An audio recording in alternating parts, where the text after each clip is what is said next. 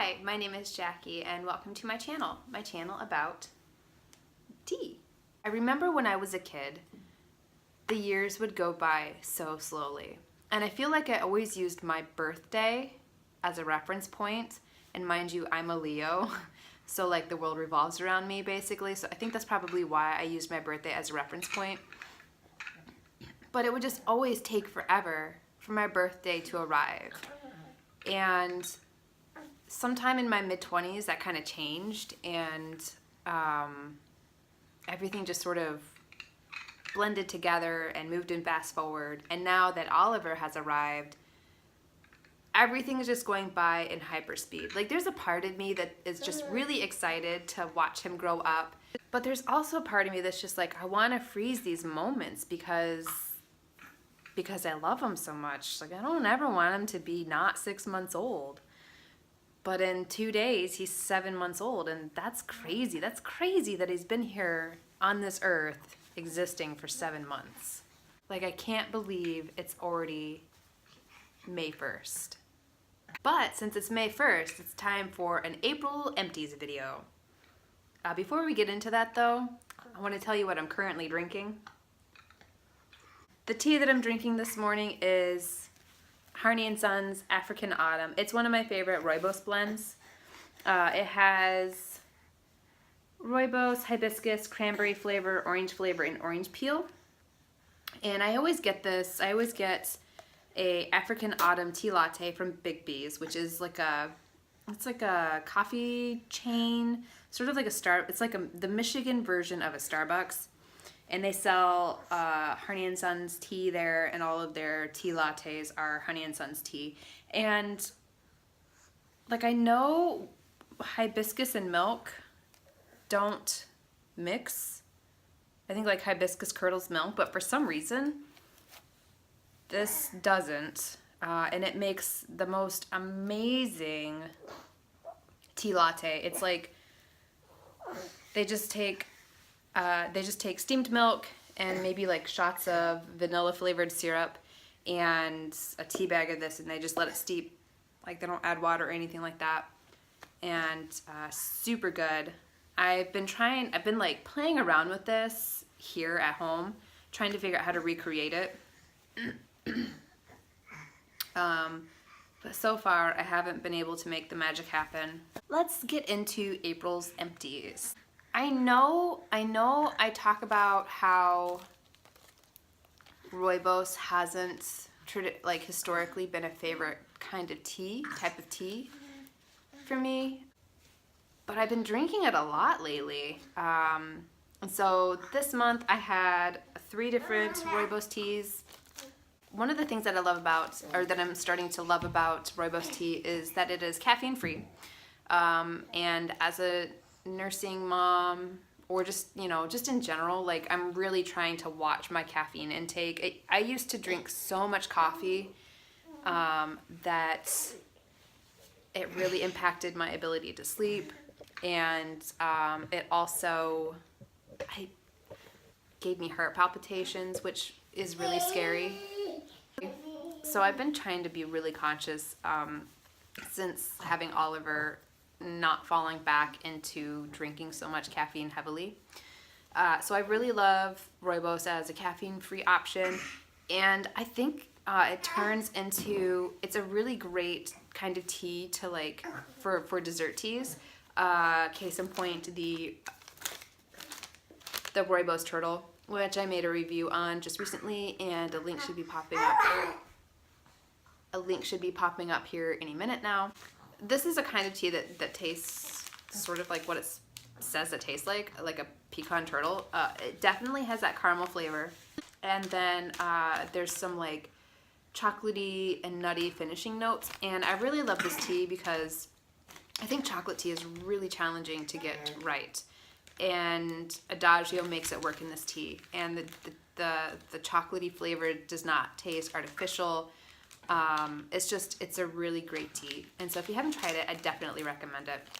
And then I had 2 different kinds of vanilla rooibos. One of them from Adagio Teas, and then the other one is from Trader Joe's. if I had to choose between the two, I'd probably go with Adagio teas, just because I think the vanilla flavoring is a little bit richer in this than in Trader Joe's, but this is still pretty good. As I sit here with empty tea packages on the ground, I'm wondering, do our spouses or significant others or partners or family, whatever, think we're completely bonkers for holding on to empty tea packaging? Like, it's basically trash, right? Like, do they think we're nuts for holding on to trash? To make a video at the end of the month about what we drank during that month. John probably doesn't know that I do this. I don't know. Do your spouses think you're nuts? Tell me in the comment box below. Hello, son.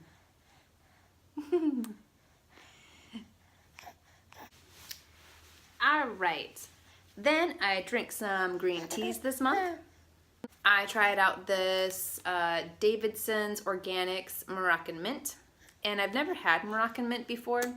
And actually, I thought it was just mint tea because I have this really horrible habit of not reading the packaging, which can be good or bad. Good in that I used to think that I hated oolong tea. It's actually one of my favorite kinds of tea. So I used to think that I hated oolong tea, and then I bought Darjeeling from Adagio teas, thinking that it was just a Darjeeling black tea, because typically anything titled Darjeeling is a black tea.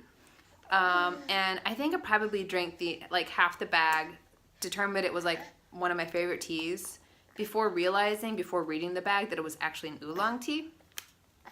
And sort of the same thing happened here, Moroccan Mint. I thought it was just a mint tea. I didn't know that there was green tea in it, which is fine. Although I'm not supposed to be drinking a lot of mint right now anyways. But I love mint. Mint is one of my favorite kinds of tea. I have a lot of favorite kinds of tea, apparently. All tea is my favorite kind of tea.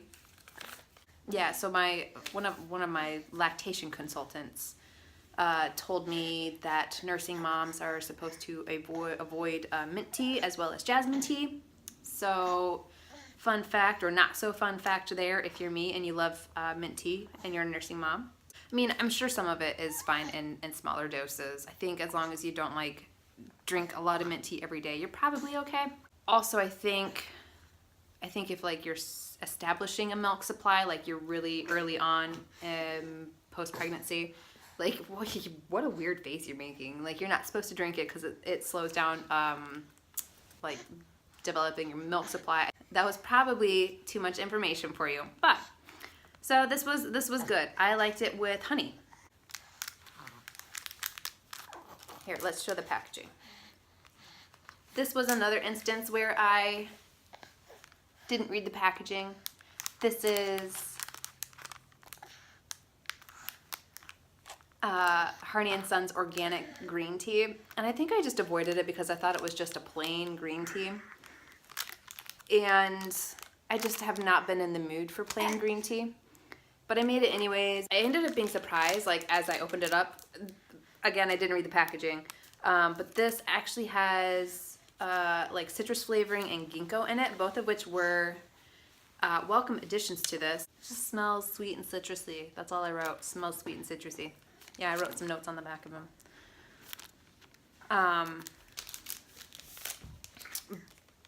But I really liked this. I liked the citrus, I think, and the ginkgo really brightened this up. And so while I may not go out of my way to purchase this, I would definitely drink this again. I feel like this would make a really great iced tea, actually, so maybe I changed my mind about not going out of my way to drink it. And then the last green tea that I had was this Japanese sencha, also from Harney Sons. And I don't really drink a lot of sencha, but this was pretty good. It was better than I expected. When you smelled the bag, I got aromas of seaweed or spinach, maybe. Spinach is probably more spinach than seaweed. But the flavor of this was kind of more along the lines of like, it was sweeter than I expected. So I picked up flavors like grassy aromas and clover. So I liked this. I did. I like this a lot. Outside of my usual morning cup of Earl Grey, I didn't really drink a whole lot of black tea. I finished off the rest of this peach black tea from Adagio, and so this has black tea, natural peach flavor, sunflower petals, apple pieces, and apricots. This is actually a really old sample, like really old. And that's going to be kind of maybe a problem with some of my collection, like really old. And so this wasn't as fresh as it could be, or as it should have been. That being said, I remember when I had this the first time around, there's a reason why this is still in my collection. Not that it was bad, but like as far as a peach tea goes, this just didn't really do it for me. Like I feel like I've had better peach teas, but still, I mean, it was still fine. It's not my favorite, that's it. That's just not my favorite peach tea. Do I have a favorite peach tea though? I guess I don't, but I know it's not this. And then there is this organic Assam black tea from a tea company that I guess I don't know how to pronounce, and I probably should have looked it up online before like filming this video. OLLT company, all tea, something tea company. This came in a Sips by box. This was good. It was a good multi black tea. I think I preferred this just a smidge over steeped and with honey. I don't know. Are there teas that you like over steeped? I guess it's kind of a weird thing, especially with like I guess I can understand like over steeping an herbal tea. But is there like a green tea, oolong tea, black tea that you prefer over steeped? Like I guess I wonder if that's kind of weird that I like that over steeped. And then onto my herbal teas. I had this. There's baby slobber all over it. I had this tummy tea from T2. I should have looked up what was in it prior to filming this video. But I'm all sorts of disorganized this morning. So what I'll do is I'll tell you what's in the ingredients once I start editing this video. They'll show up somewhere around here. There was a time where like I really liked licorice root in tea. Like back in 2014, I had like a bunch of stash tea, and a lot of their herbal blends had licorice root in it. But licorice root is just sort of like it's a sweetener, but it's a weird sweetener. Like it's not sweet at first. It's sort of like this aftertaste of sweetness that I used to like, and now I don't like. So I didn't even finish that cup of tea. Like it didn't, and it made my stomach feel kind of like, well, even though it was supposed to make it feel better because it's tummy tea, but whatever. Has that ever happened to you? Like you used to like a specific kind of tea? I'm asking a lot of questions in this video, but I'm just curious. I mean, have you ever liked a specific kind of tea like in the past, and then you revisit it later and you're just like, ugh, like why did I ever like this? And that's sort of how I feel about licorice root in tea. Like, ugh, why did I ever like it? And then last but not least is DavidsTea frozen raspberry. Pretty good. I made a video on this too, so if you haven't seen it, check it out. My baby's just like freaking out. Man, I don't know what it is. Like every month birthday that he has, like he just completely changes personality. And like it takes us 2 weeks to sort of get adjusted to everything, just in time for him to like change again. And so like yesterday, the end of April, April 30th, I could not put him down all day. I could not put him down all day, or else he would just cry. Like, there was like no reason for it. He would just cry. Oh my gosh. And I was just trying to get some, like, I was trying to get a project knocked out for work. And it was so hard. Yesterday was so hard. I'm so glad that day's over. But we have physical therapy today, so I have a feeling that's going to be a bear because he's so fussy. I feel like, I don't know if he's making some like mental leaps or some physical leaps, or if he's teething. I know he had a cold last week.